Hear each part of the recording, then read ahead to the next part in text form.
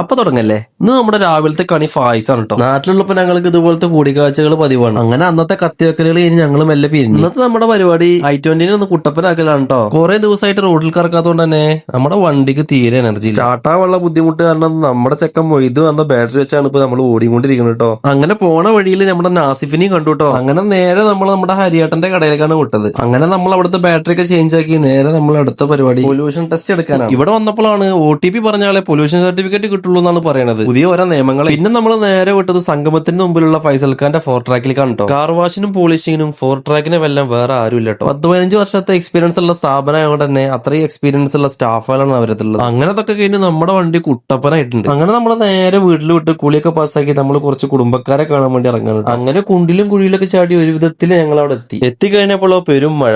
നാട്ടിലെത്തിയിട്ടുള്ള ആദ്യത്തെ മഴ ആയതുകൊണ്ട് തന്നെ അത് ഇങ്ങനെ നോക്കി നിന്നു. ഈ നിൽക്കുന്നത് എന്റെ അമ്മയാണ് കേട്ടോ. വീഡിയോയിൽ മുഖം കാണിച്ച് വൈറലായാലോ എന്ന് പേടിച്ച് നിൽക്കുന്ന നിപ്പാണ്. പിന്നെ അവിടുത്തെ പരിപാടികളൊക്കെ നമ്മൾ നേരെ വീട്ടിലേക്ക് വിടുകയാണ്. അപ്പൊ ഓക്കെ, എന്നാ പുതിയൊരു വീഡിയോ ആയിട്ട് വീണ്ടും കാണാം.